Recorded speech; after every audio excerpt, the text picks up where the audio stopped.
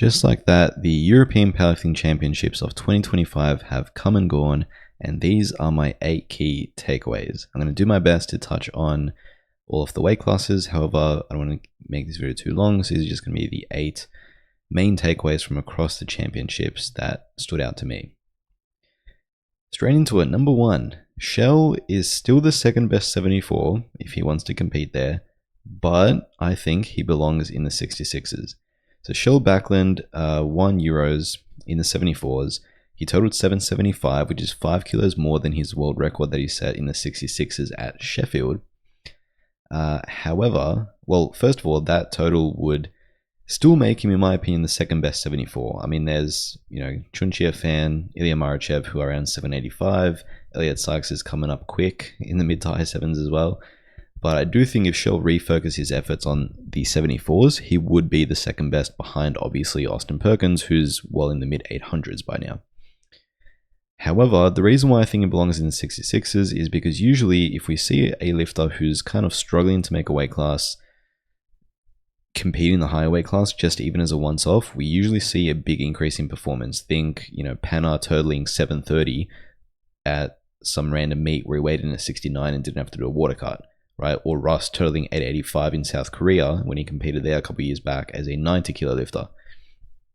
Usually that's what we see. The fact that Kjell didn't have a massive increase in performance by going up to 74, and he even weighed in at 73.8. So I don't know whether he pulled a Bob Matthews and just ate into the weight class, but I assume he did, because I feel like he would have been closer to 70 kilos and just decided to have a big breakfast that day or something. But it's not like we saw him total easily 800 plus kilos, right? I do think his true potential and his best, his best form is as a 66. That's what that tells me anyway.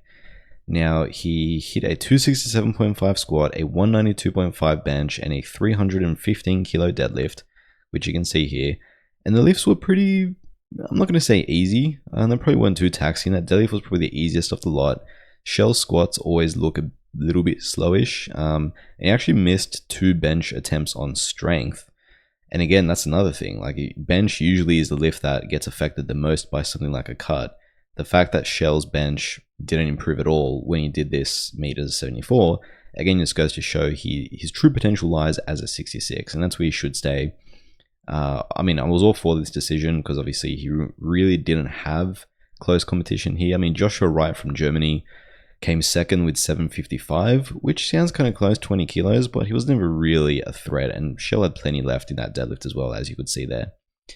So obviously, no point in him doing a cut to the 66s for this, but moving forward, I do think for the major championships such as Worlds, Sheffield, I do anticipate he's going to stay as a 66 for the remainder of his competitive career at the world level anyway. Second takeaway is 900 is not super unrealistic for Ade Omisaken. Ade Omisaken won the 83s with the easiest 840 kilo total that you will ever see. And 900, this is a big call, I know. I'm not saying 900 I anticipate him to hit this year, maybe even next year. I do think, though, that his ceiling is capable of reaching 900. For those that don't know, a bit of background about this. Joe Borenstein, obviously at SPD Rally last year, set the overall world record at 865. And then he put up a 900 kilo gym total January this year, which I made a separate video about.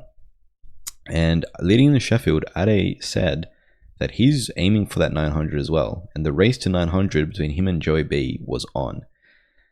And at the time, a lot of people, Ade's best total is 861. That was his official world record, the official 83 world record before Sheffield, where Russ took it up to 870.5. So Ade's done more than this before, and he didn't have the best Sheffield totaling in the 850s and losing out to Jones and Russ. But I don't know if a lot of people thought, 900 was super realistic for him. I know that Joey Borenstein did it in the gym. That's a bit different. With Ade, though, I think with this performance, you can't look at that and think 900 is super unrealistic for him. That is the easiest 840 you will ever see. So he did it via a 302.5 squat, 187.5 bench, and a 350 deadlift you see there. Super easy. you know, he had to work a little bit on the squat, bench, and deadlift third attempts, but that 840 is, I wouldn't say maximal at all on either lift. And we saw him damn near pull 380.5 at Sheffield, which is 30 kilos more than that. So he cruised to a win. He did what he needed to do. He walked away with the best lifter award as well, which will be good to hopefully get him a wild card into World Games. That'll be epic to see him face off once again against Jurens and Russ. And the deadlift battle with Enoharo will be epic as well there. So I'm pretty sure we'll get that now that he was best lifter at Euros. I think that's how that works. But yeah, I think 900 is on for him, and he and Joe Borenstein seem to have the best potential with the 83s, or the biggest top end, I would say. And I think their clashes in the coming years are going to be absolutely epic. And yeah, after that performance, I think a lot of people are like, well, you know what? 900, I can see it happening in the future. You know, give him a year or two, hope he stays injury free, and he can get there based on how smooth that is and how easily he did that. Absolutely dominated. I think he beat second place by a good 60 odd kilos. Pretty epic performance from him. My third takeaway now, this is an interesting one. Enna's deadlift strategy is being popularized by Team France. Now, for those that don't know what I mean by this, Enoharo Asin, Hungarian lifter in the 83s, the absolute definition of a deadlift specialist, the deadlift demon, right? He outpulls everyone by a country mile in the 83s. And what he did at Worlds in 2024 was he basically came out and he skipped his second deadlift. He got his opener. He skipped his second deadlift to conserve his energy for his third deadlift, where he went all out for the win. And that's what I mean by Enna's deadlift strategy, is basically skipping your second deadlift, conserving your energy, and then going all in on your third to either pull for a placing, a podium place, or just pull for the win entirely. And the interesting thing is, I mean, I remember when Enna did that in 2024 Worlds, and it was like everyone went crazy, right? I was like, oh my God, this is an insane move. I don't know if the Team France coaches were watching this and taking notes, but they did this I don't know if anyone else noticed this, but they did this a few times, and this stood out to me in the championships. So in the 83s, we had Paul Ramberville, who skipped his second deadlift off, I think it was 292.5, and he came out and then he pulled 300 for his third, right? And that got him second place in the 83s. Right, so that got him a silver medal in the 83s, well behind Ade, but still missed or skipped his second, came out for his third, and hit it to finish in second place.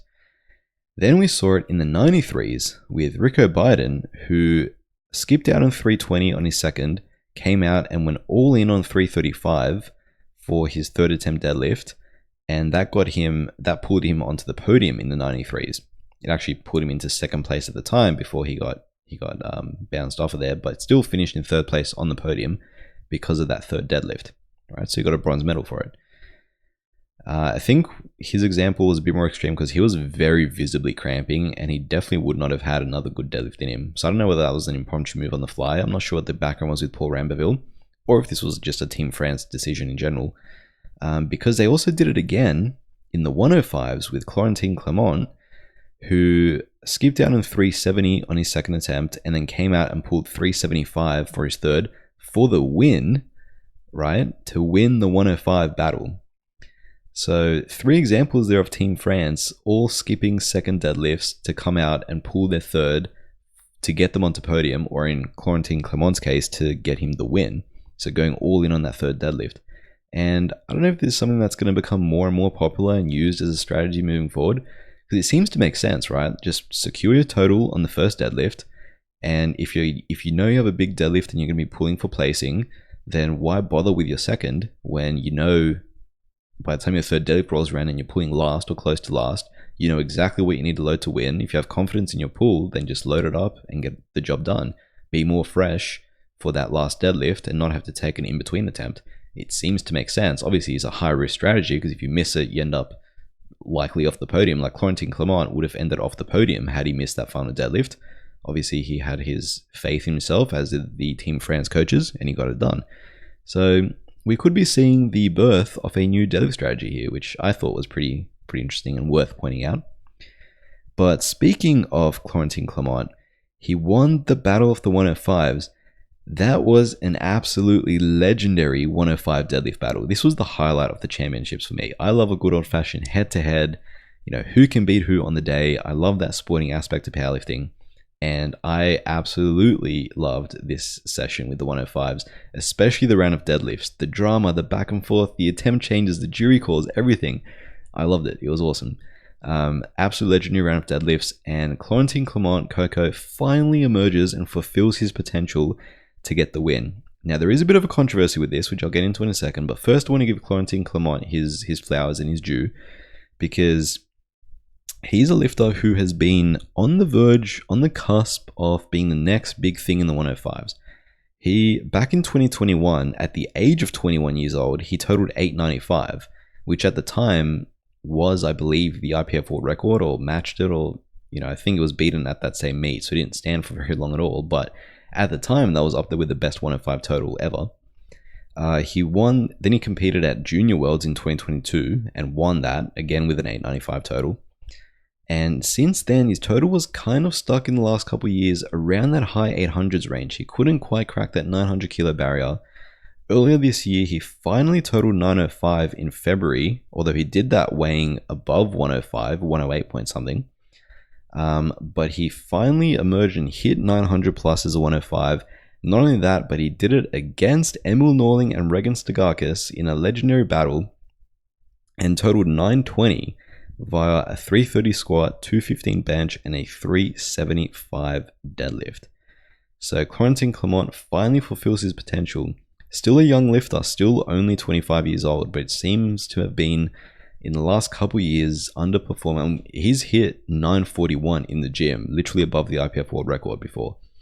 So the fact that he's finally close to that on the platform is very exciting, and you can't help but enjoy a feel-good story like that. Someone who's been on the cusp for ages, never quite been able to get through, finally getting it done. That's just such a satisfying story to watch, even if you're not necessarily a fan of Team France or Corentin Clement.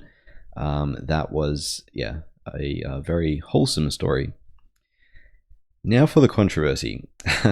So Emil Norling and Regan Stigakis all pulled for the win. So Emil totaled 912.5, and he ended up finishing in second place. He attempted this 372.5 deadlift to pull for the win, which would have given him a 925 deadlift. Sorry, a 925 total. And here is the attempt here. Now, there you go. To me, that is a good lift, right? I remember watching that, thinking to myself, no, there is no chance they overturn that. So he got, initially the lift was given as good. He got 2 white lights. He got 1 red, a blue light from one of the side refs for, I assume, downward motion there at lockout. That's the only thing I can kind of fault with that lift, is he had a bit of windmilling going on, which I guess you could interpret that for downward motion, and his grip was slightly going potentially, but he got the down command. He had it under control. He didn't drop it. I don't think that slight windmilling at the top constitutes downward motion. To me, that looked like a good lift. And I was very surprised when that got overturned live. I was shocked. And upon reviewing it since, including just now, I stand by the fact, low-key robbery. I mean, if I'm Emil Norling or Team Sweden, I am pretty salty about that call. So that would have given him 925, which, based on Corentin Clement's last deadlift, I don't think he would have been able to load and pull 5 kilos more successfully. Also on a side note, Emil Norling, this was his best performance in a couple years. I think his best total is 928 that he did back in 2023. Since then, he's competed a few times and been in the low 900s. So it's good to see him back solidly in the 900s. Again, like I said, totaled 912.5. However, that final deadlift of 372.5 would have given him 925, and I believe would have been enough to win. However, yeah, I don't know. I don't want to go around in every single one of my takeaway videos after major competitions and claim robberies, because I did that in my last Sheffield recap, where I said Russ was robbed, which I still stand with, by the way. I do think Russ was robbed on his final deadlift at Sheffield. But yeah, I don't know. I'm looking at that thinking, to me, that's a good lift, especially because it was overturned by the jury. I can understand it more if it was initially given red lights and the jury didn't overturn it into a successful lift. But the fact that it was initially given as a good lift and the jury intervened to overturn it to a bad lift, I mean, I feel like the jury should only overturn if it's a clear, egregious error. That, I mean, you can argue if that was a good lift or bad lift, but what you cannot argue is that was a clear, egregious error. I don't think it was at all. It was close. And if it's close, number one, you side with the lifter, you give them the benefit of the doubt. And number two, if it's close, just don't overturn it. Just leave it as what was the live decision at the time. Anyway, there's my little mini rant. I don't want to get too deep into that. Sour note to Emil Norling's day. It didn't end ideally. However, yeah, it's still the strongest he's looked in a while, so that's still a positive to take away from that. For him, Regan Stagakis also got so close to that final deadlift. There is a screenshot of it there right before he dropped it, and you can see he's about 99% locked out there. Probably not the best angle. I feel like from a side angle, you could probably see that more, that his back is still, not fully locked out. His shoulders and hips aren't fully locked out, although he's very close.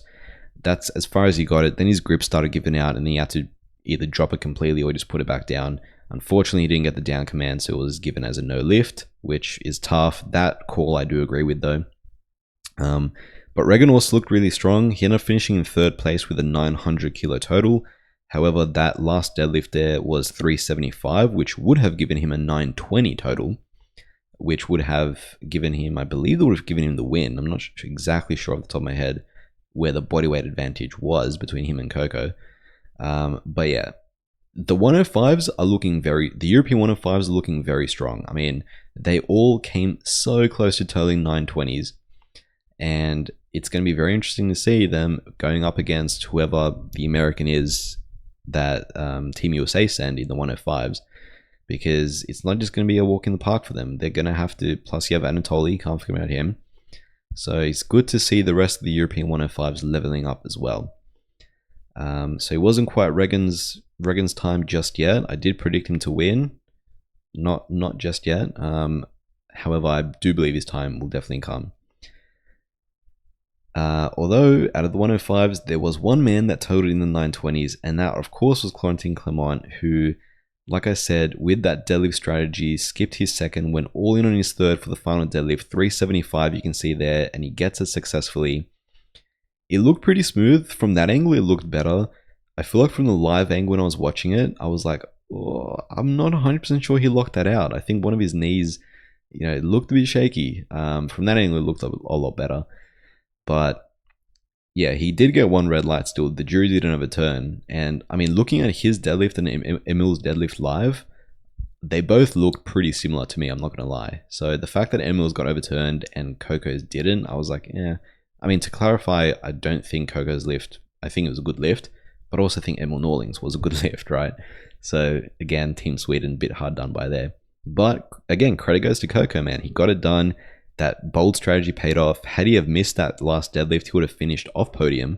So yeah, you got to respect the ballsiness of that move.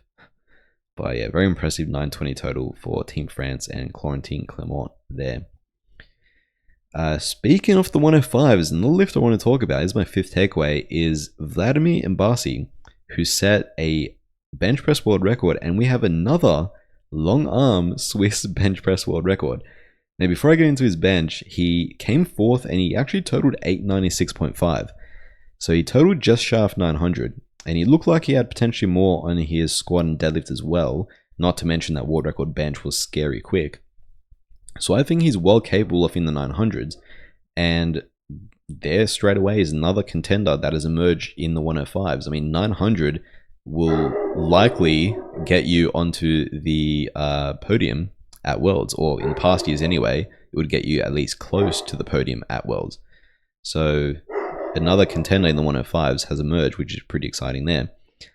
But his world record bench press of 234 kilos, I mean, that looked pretty damn smooth, and you can see the range of motion there is pretty wild. I mean, I know a lot of people are going to be fans of this. People who are, don't like the big arch, the big technical Japanese grip, small range of motion bench. You absolutely cannot fault this, because this was, it honestly looked like he just laid down and benched it like any other gym bro would. I'm sure that's the best way he's found for himself to bench. Obviously, otherwise he'll be doing something else. But the raw power behind that is pretty crazy. So 234, that beats the previous world record, which was 233.5, held by Renee Charkey, who broke that in 2021. Now, the thing is, Renee Charkey was also a Swiss lifter, and he also had a similar style of bench press where he just seemingly laid down, very little arch, had pretty long arms, and just muscled it up.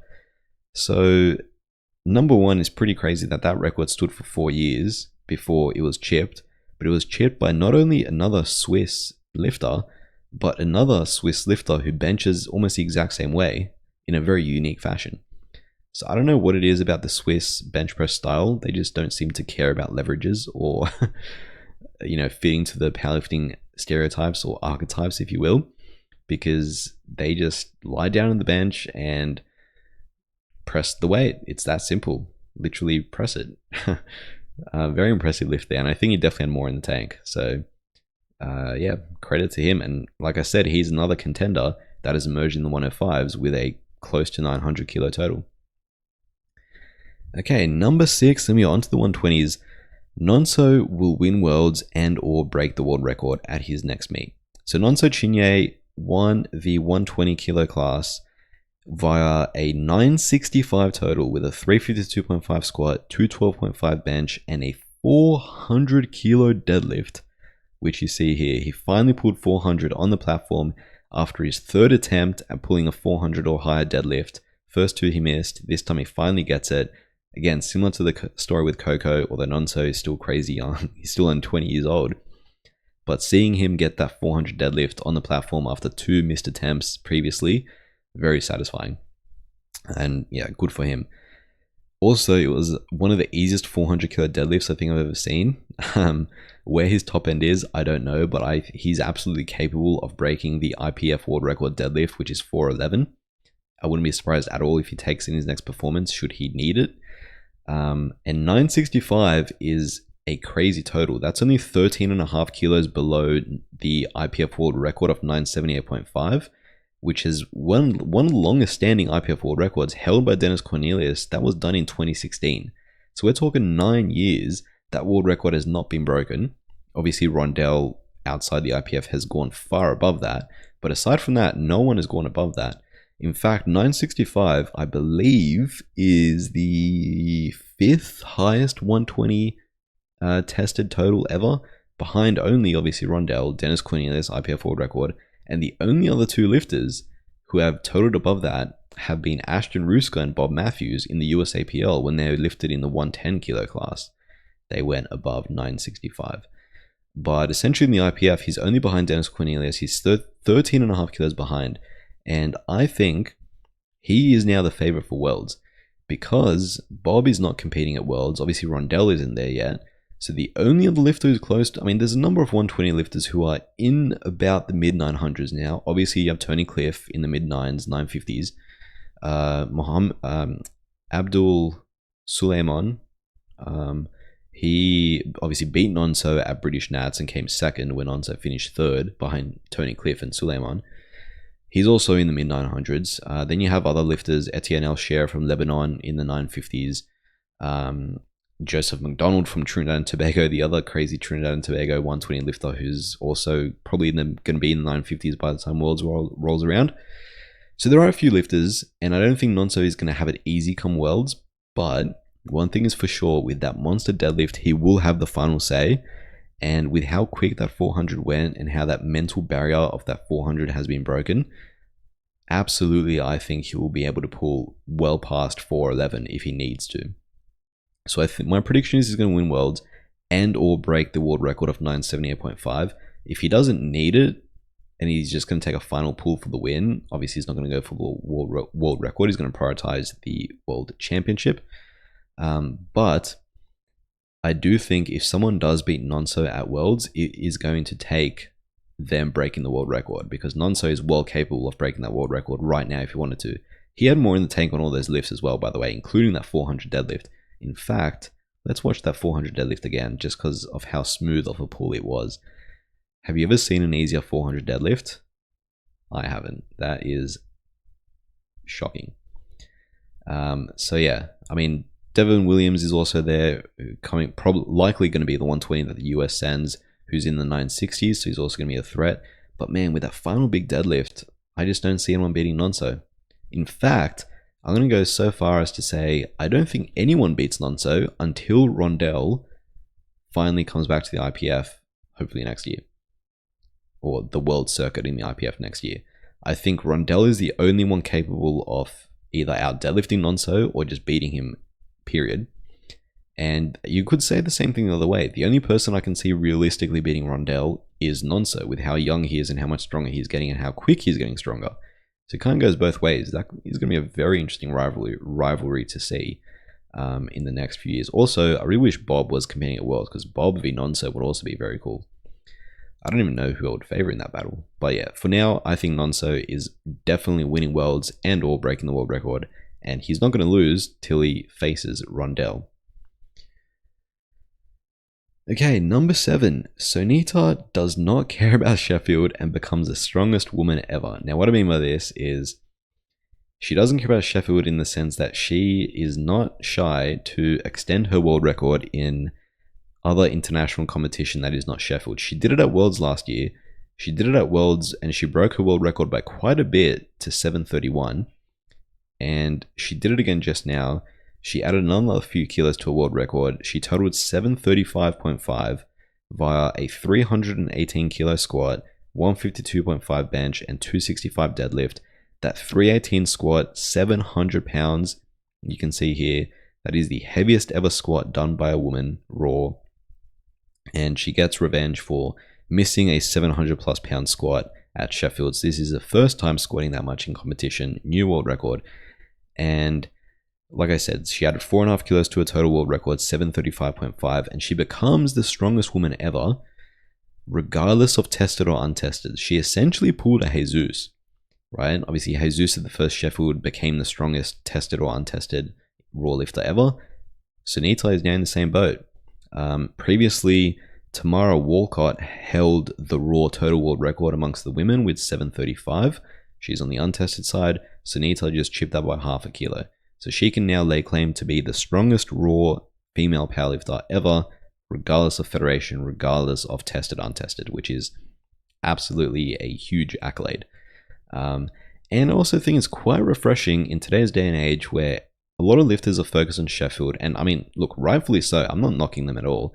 That's where the majority of the money is, and also the prestige winning Sheffield. So I can understand why lifters would want to kind of sort of sandbag where they can and do the bare minimum to win. However, I do respect that Sonita just goes, you know what, I don't even care. I'm going to rock up to Sheffield, do the best I can, but I'm not holding back. Now, did she hold back on her other lifts here? I mean, I don't necessarily think she did. I mean, maybe she could have loaded up a bit more here and there, but yeah, she sent it, really. And I do think she's going to load up more, obviously, at next Sheffield, but she's probably going to break her world record again at Worlds, to be honest, with how she lifts. And you got to respect that. You got to respect someone who just says, you know what, tomorrow's never guaranteed. I'm just going to go out there and do what I can today, and I'll just make Sheffield work however I can make it work. And she still podiumed at Sheffield, so, it works, right? But that is something that we don't see that often anymore in today's powerlifting. So, you got to give some respect for that, as, potentially unwise as he may be strategically and financially for Sheffield, it makes it more entertaining for us viewers. So I do appreciate that. But yeah, well done, Sonita. She won Best Lifter on the female side by a mile as well. And my final takeaway, my 8th takeaway, is for the 120 pluses.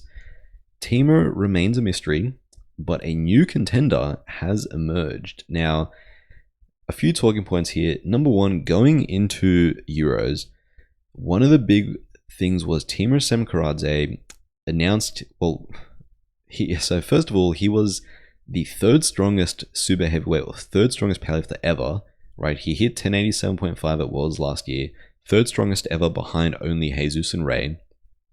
Young lifter, only 24 or 25 years old, I think 24.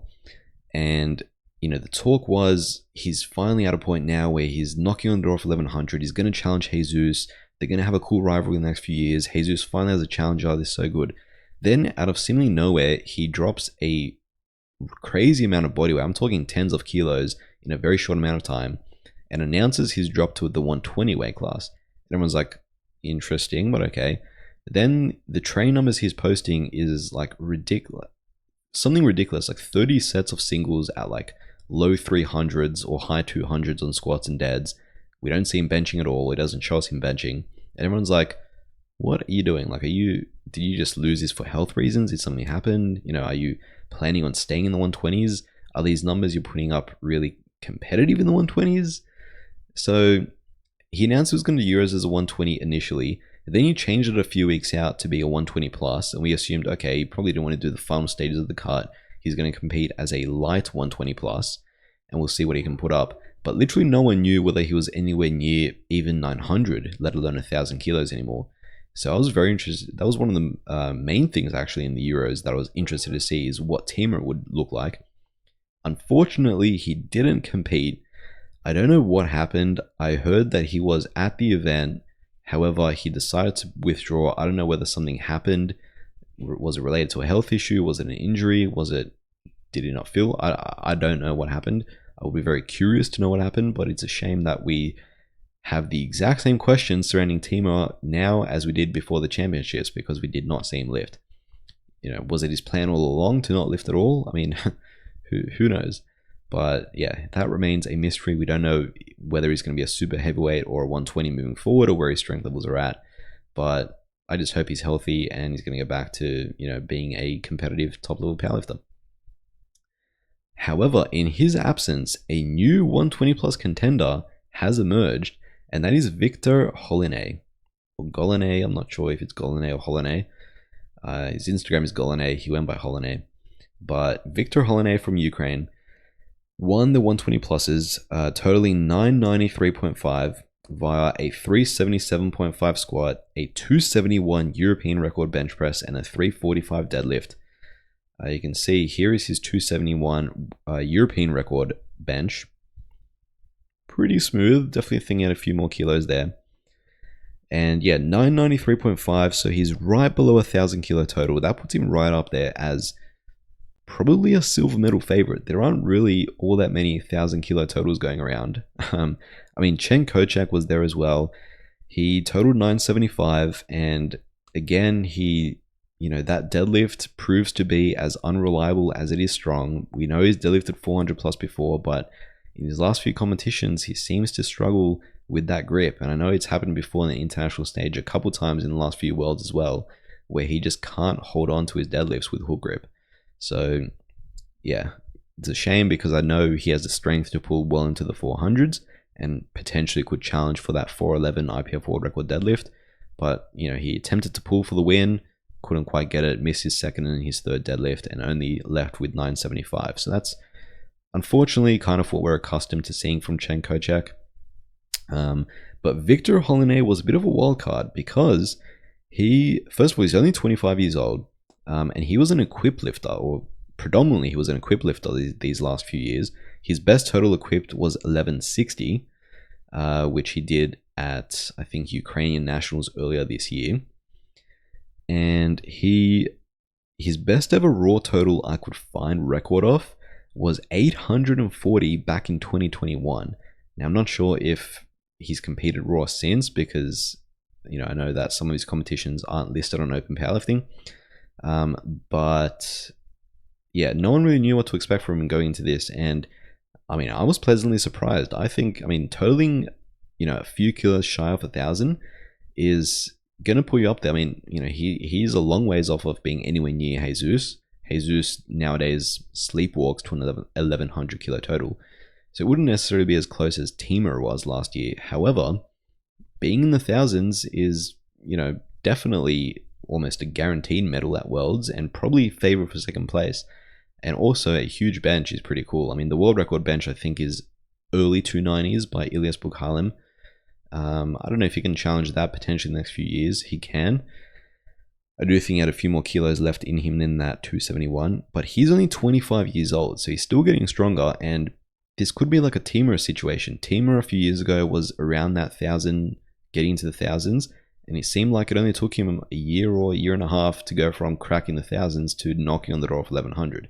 Obviously, we don't know what's happened with him since, but could be a similar thing with Victor Holyne from Ukraine. He could be the next Temur who emerges to challenge Jesus and potentially keep Jesus honest at Worlds, which is what we want to see. What Temur managed to do last year, he totaled 1087.5, which forced Jesus to total 1100 plus. He couldn't just sleepwalk and win with the mid-thousands. Victor Holyne could potentially get there in the next few years if we don't see Temur return. So definitely a new contender in the super heavyweights has emerged. There you go. Those are my 8 takeaways from the European Championships. Let me know what you think and if you have any takeaways of your own.